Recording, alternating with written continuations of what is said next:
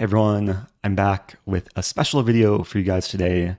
Just a few days ago, I was interviewed on the Perpetual Chess Podcast with Ben Johnson, and we talked about my recent experience at the World Championship match in Singapore, but also my upcoming tournament in New York City. I'll be competing in the World Rapid and Blitz Championship in less than a week.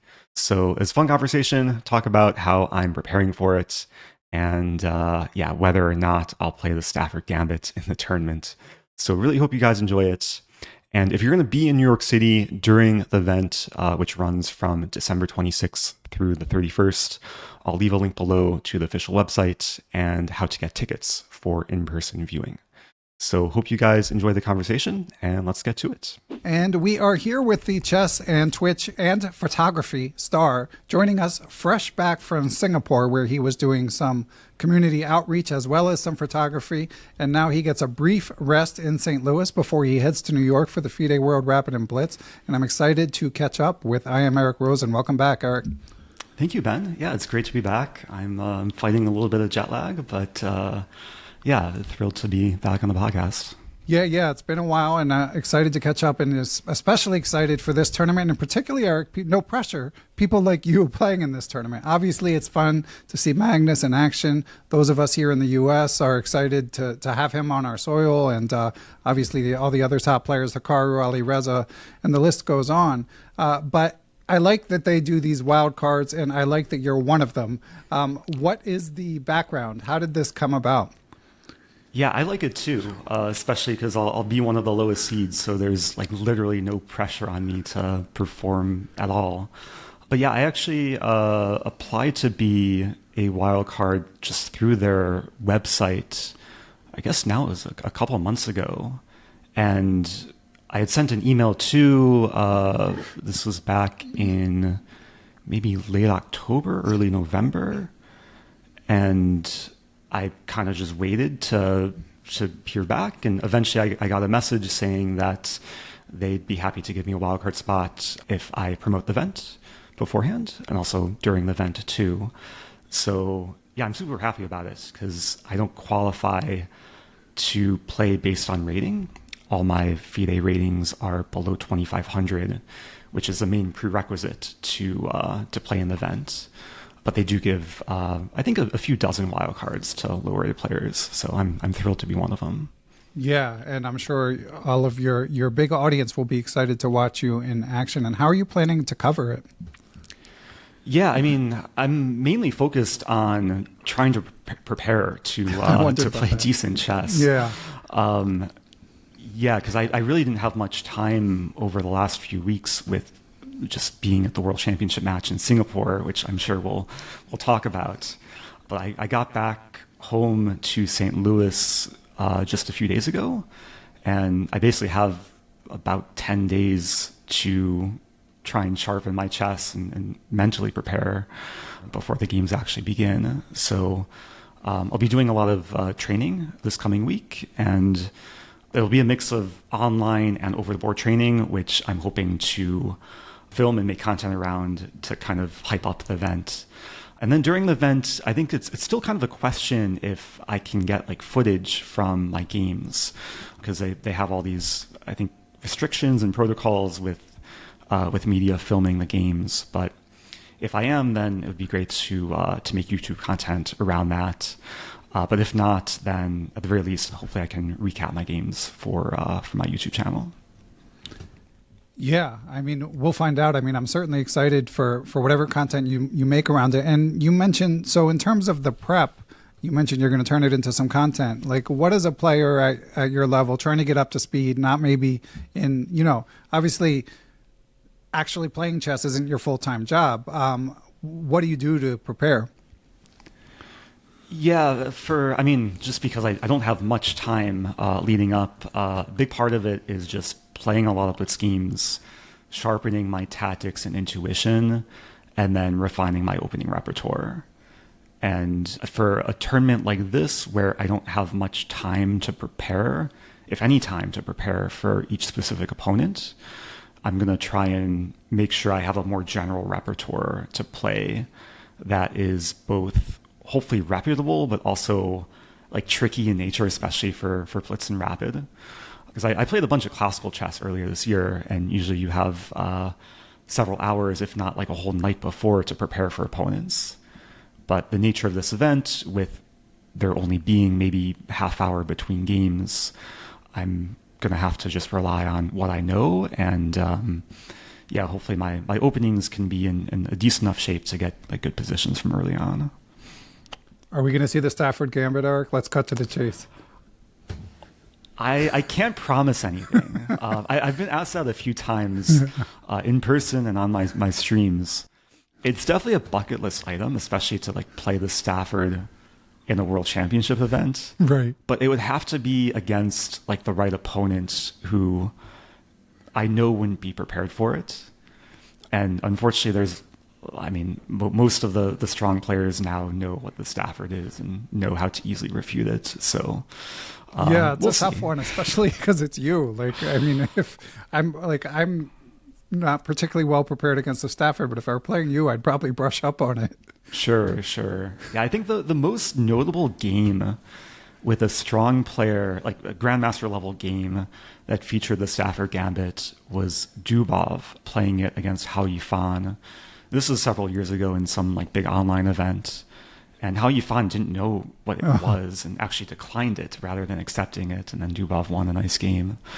So I would have to play it against someone who, like, I know doesn't follow like chess on YouTube. Right. And, yeah. Maybe doesn't take the games too seriously. Only Ivanchuk. Maybe Gelfand. Yeah. I did like the pairing simulation for like the Rapid and Blitz pairings to see who I might play first round. So if the current list stays the same, I am set to play Gelfand first round. That would Blitz. be amazing. So that would be cool. Yeah. Speaking of legends, and Dubov, who's also, of course, in the tournament. Note to self, I guess: don't play the Stafford against him, since you've seen him play it. That's true. Yeah, I actually had a dream the other day that I was playing Dubov first game, and I was like, in my dream, I was late to the game, and it was super stressful. So hopefully, I'll show up on time. And you mentioned that you don't feel like there's any expectations as one of the lower seeds, but to me, I mean, obviously, you're way stronger than me, so this enters into it, but the specter of even being in the room with these players and like just not wanting to feel like I'm embarrassing myself would be daunting. Are you at all like feeling daunted going into this, or are you just excited? Yeah, I've definitely felt this feeling of dauntingness in like previous events, but for this one, I'm just excited. Like it's just a bucket list item, and the fact that I'm in the same section as like all these top super GMs, I think I'm just grateful to be part of it, and that really just takes the nerves away and takes the pressure off.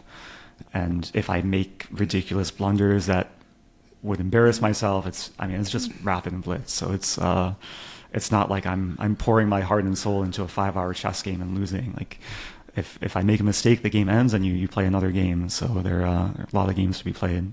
Yeah, you're also pretty good at Blitz, to be fair. So I think you'll be okay. What's your online chess.com rating hover around?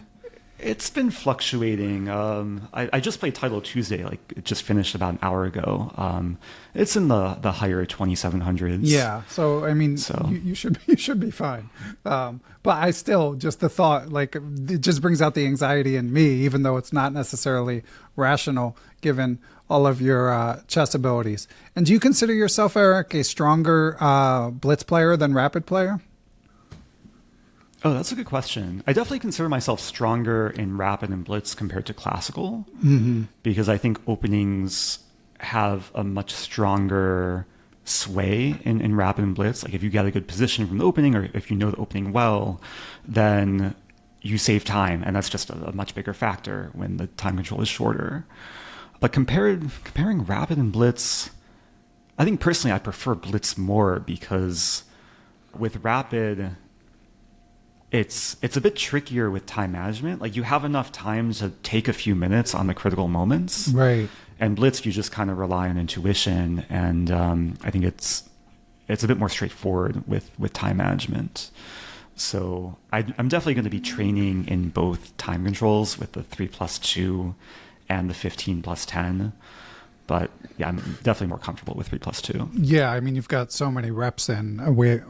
Many of us do with Blitz, but Rapid, if you're not like someone who played on the Champions Chess Tour online or something, then you might not necessarily have as much experience. And I also, like, not having played it a ton, but just intuitively, like you say, the pacing takes more getting used to than Blitz, where you just have to move. And obviously, as we mentioned, so many luminaries in this tournament. I suspect I know the answer to this, but if there's one person you could play, like out of all of them, who would it be? Yeah, I have the entry list in front of me now. I mean, obviously, like Magnus, Fabiano, Nepo, Aronian, Perugian, Hikaru. I mean, the list goes on and on. I think if I play like any super GM, I'll be happy.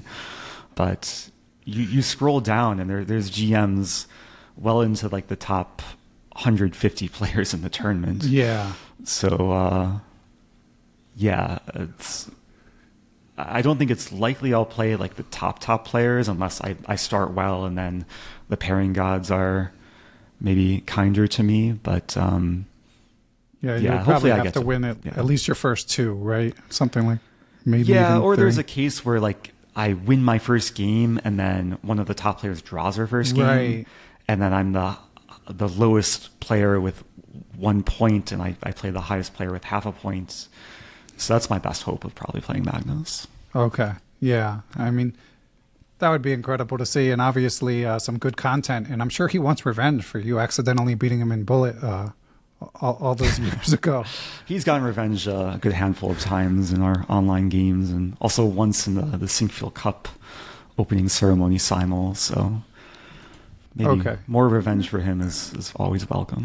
I'm sure. Yeah, I'm sure he keeps a list of everyone who manages to, a mental list of everyone who manages to beat him. So again, returning to the training games that you have set up, obviously there's a couple St. Louis residents also playing. Are you able to divulge who you'll be doing OTB training with for the Rapid and Blitz? Yeah. There's there's a huge community of like very strong title players in St. Louis, which I'm grateful to be a part of. I actually attended chess training at Webster University with their team just yesterday. Oh, right. I wasn't even thinking about the universities. Go ahead. Yeah. Webster and St. Louis University are doing training all this week, not only preparing for World Rapid Blitz, but also preparing for the Pan Ams, which is right after the World Rapid Blitz. So I attended yesterday, and it was 10 a.m. to 4 p.m. Wow. A lot of different forms of training between solving exercises, doing opening prep, playing a lot of Blitz games against players. So I'm hoping to attend a few more of those sessions. And it's a strong group of players. I mean, Laclede Ave is the coach, who's a former World Rapid champion, and then a handful of GMs and other title players. And Laclede Ave is playing as well, right? He is, yes. Yeah, and way back in one of our earlier interviews, you told some fun stories about trying to tangle with him, who's been comfortably one of the top 20, 25 players in the world, and no slouch at Blitz either. And so in terms of your openings, are you going to be able to make content for your channels that doesn't reveal what openings you play? That's hard to do. Are you worried about that? I'm not too worried, because as one of the lower seeds, like players won't be, I don't think they'll be preparing specifically for me. Right.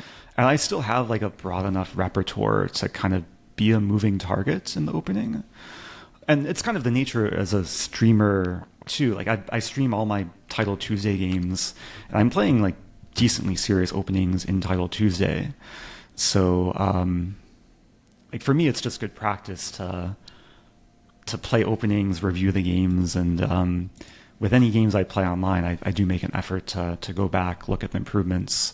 So I would hope that they're more useful for myself rather than for any potential future opponents. Yeah, that makes sense. And especially given what you mentioned about, like, it's not like people have hours to prepare, like to go through your content before the pairings come. Like once the pairings come, it's right. just sit down and play. And of course, so I asked you if there's anyone you're super excited to play. Is there anyone that you would not want to play? Ooh, scrolling through the list.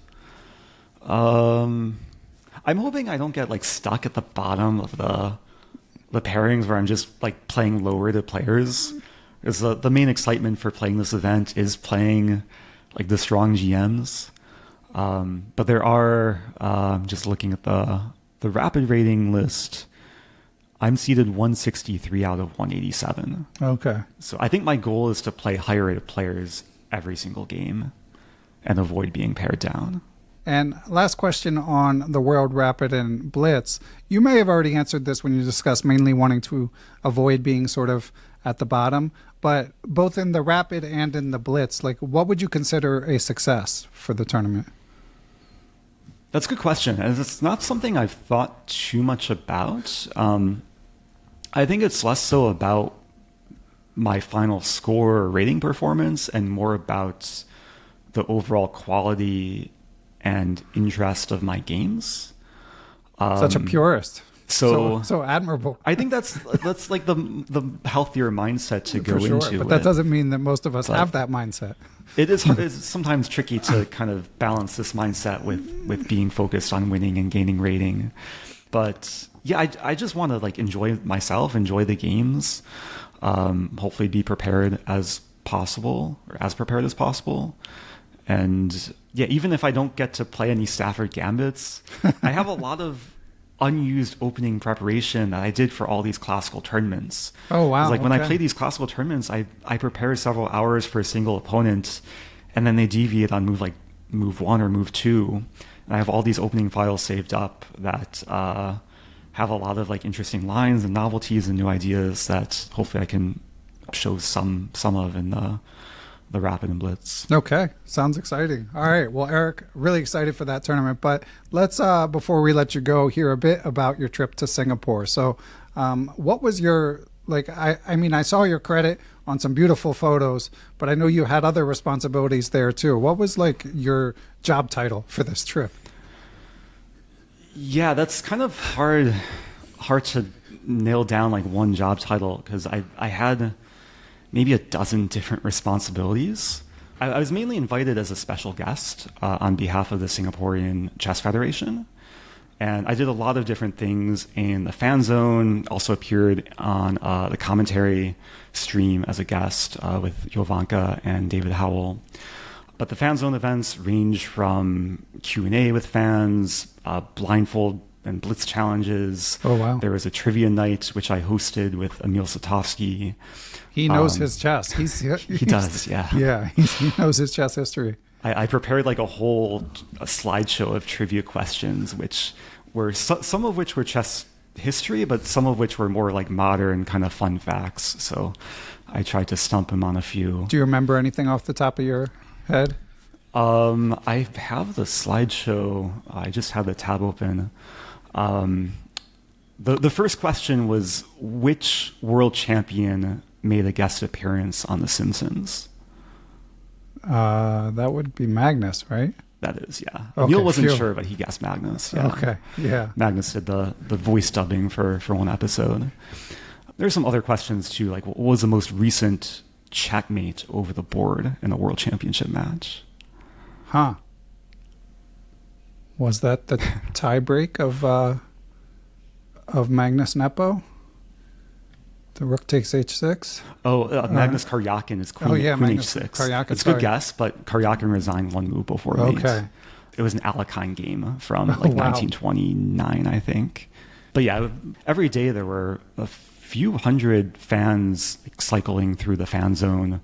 I think they had a max capacity of like 400 fans that could get access per round.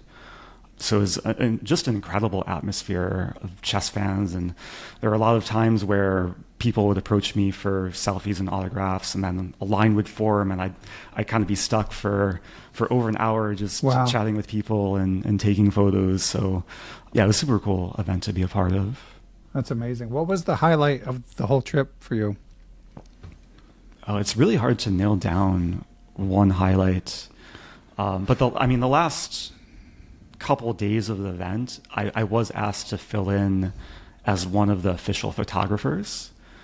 For Game 13, one of the main photographers couldn't make it, so I filled in, and I was one of the only people who had access in the fish tank for the whole round, It was like the players, the arbiters, and myself, along with Maria, photo chess. And yeah, it was super cool just to be in the room, photographing Gukesh and Ding. And then, of course, the final day, too, with Gukesh winning the title and capturing all these moments with celebrating and fans around and him, like, hugging his whole team, like his dad, his seconds. And, yeah, it was super cool. And then the day after he won, there was actually a whole photo shoot with him and his family in some nice, like, skywalk area overlooking Singapore. So I was fortunate enough to take some photos there too. So it was, yeah, that was probably one of the main highlights. Yeah, sounds like an unforgettable trip. And for listeners not familiar, Eric has extensive experience both as a photographer and doing some video editing, etc., which, you know, fits well for his day job. But my question, Eric, is had you brought your photo equipment? Like, did you know that this might be possible? I did, but I wasn't expecting to photograph in any official capacity. But I did come prepared with my camera and my like telephoto zoom lens, so it was good enough equipment to capture like good quality photos. Excellent. I mean, I guess it's hard to know going in, but a month ago, were you more excited for Singapore or the World Rapid and Blitz, or whenever you found out that you had been granted a wildcard spot? Oh, that's a good question. I'm excited for both. I mean, they're very different types of events, because one event I'm doing all these different sort of chess jobs, but not playing chess. And in just over a week, I'm going to be playing chess against the highest level players in the world. So I think it's going to be tricky to adjust, but I enjoy both things. It's hard to like pick one over the other, but I think in terms of just a life bucket list item, playing in the World Rapid Blitz is one of the things I'm most excited for. This December, the world's top chess minds clash in the heart of New York City at the FIDE World Rapid and Blitz Championship. Legendary grandmasters who will light up Wall Street with their speed and skill. Witness world number one Magnus Carlsen defend his title against a field of titans.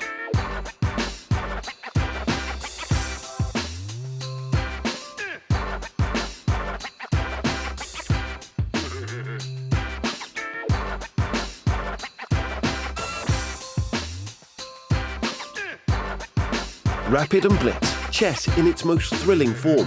Unpredictable and unforgettable.